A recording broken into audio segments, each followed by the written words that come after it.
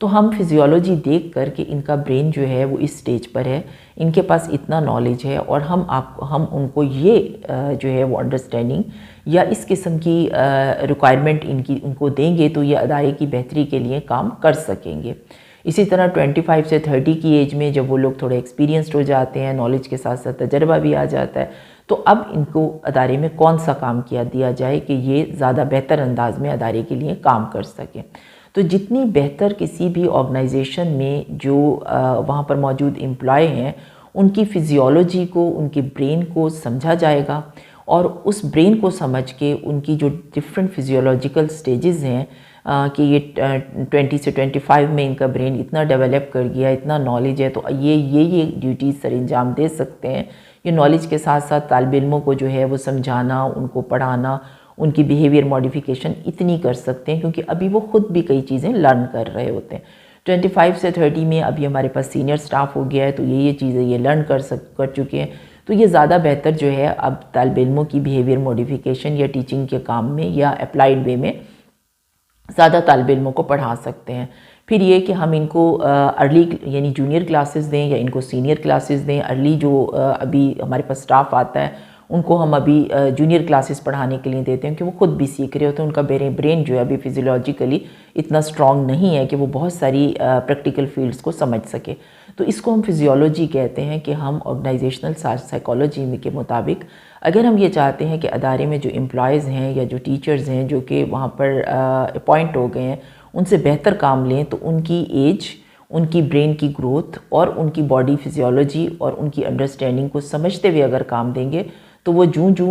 چیزوں کو جو ہے وہ ابھی نیولی اپوائنٹڈ سٹاف ہے، اس کے بعد سینئر، اس سے مزید سینئر، اور یہ کہ وہ بالکل میچور ایج کے قریب ہیں، جیسے فار ایگزامپل وہ 45 50 میں چلے گئے، تو اب ان کا برین میچور ہے، انہیں پریکٹیکل فیلڈ میں طالب علموں کی جو ہے وہ بیہیویئر موڈیفیکیشن اور طالب علموں کو انڈرسٹینڈنگ دینا، یہ سب چیزیں ان کو پتہ ہے، وہ زیادہ بہتر کر سکتے ہیں کیونکہ ان کے پاس نالج ہے اور ان کے پاس ساتھ ساتھ ان کا برین اس کے مطابق ایڈجسٹ ہو گیا ہے تجربے کے ذریعے بھی، اور ویسے بھی وہ اس ایج میں ہے کہ ان کا برین جو ہے وہ ٹوٹلی میچور ہے، تو اس کو ہم فزیولوجیکل کہتے ہیں۔ اس کے بعد ڈیولپمنٹل ہے، یہ بھی فزیولوجی کے ساتھ ساتھ ہی ورک کر رہا ہوتا ہے کہ جوں باڈی کی گروتھ ہو رہی ہے، برین ہمارا میچور ہو رہا ہے، ہماری ایجز جو ہیں وہ بڑھ رہی ہیں، تو اسی کے مطابق ٹیچرز جو ہیں جب وہ 25 سے 30 میں، 30 سے 35، 35 سے 40 کی ایج میں جا رہے ہیں، تو ساتھ ساتھ جو ہے ان کی تھنکنگ، ان کا بیہیویئر، ان کی جو برین کی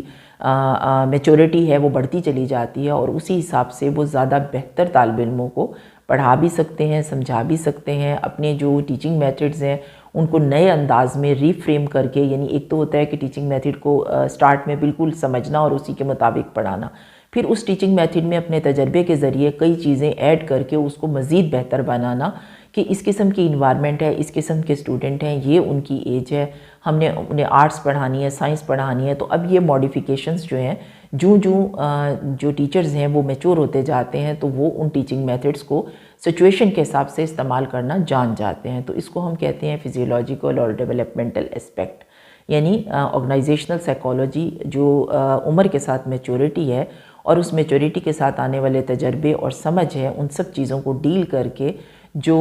ورکرز ہیں یا جو امپلائیز ہیں یا جو ٹیچرز ہیں ان سے ادارے کی بہتری کے لیے کام لے رہے ہوتے ہیں۔ اس کے بعد ہے سوشل، کہ کس طریقے سے ادارہ جو ہے وہ سوشل انٹریکشن جو ہے وہ پرووائڈ کرتا ہے اپنے آرگنائزیشن میں موجود ٹیچرز کو یا امپلائیز کو، کہ وہ کس طریقے سے آپس میں جو ایک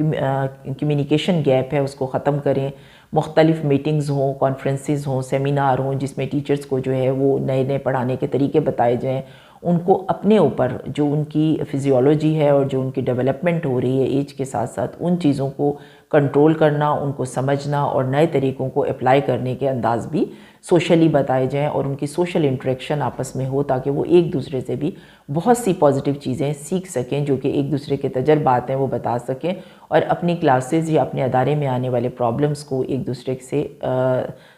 سے ڈسکس کر کے جو ہیں وہ سالو کر سکیں۔ اس کے بعد آ جاتا ہے کوگنیٹیو میں یہ ہے کہ بہت سارے ٹیکنیکس ہوتی ہیں، جس میں موٹیویشن کی ٹیکنیک ہے، بیہیویئر موڈیفیکیشن کا طریقہ ہے، جس میں جو ہے وہ تھنکنگ جو ہے وہ بہتر بنانے کا سلسلہ ہے، یہ ساری چیزیں بھی جو ٹیچرز یا امپلائیز زیادہ ایکسپیرینسڈ ہو رہے ہوتے ہیں، ان کی فزیولوجی یعنی ان کا برین میچور ہو رہا ہے، ان کی ایجز زیادہ ہو رہی ہیں، ان کا تجربہ بڑھ رہا ہے، وہ ایک دوسرے کے ساتھ سوشل انٹریکشن کر کے ایک دوسرے کے تجربات شیئر کر رہے ہیں، تو اس صورت میں یہ کہ وہ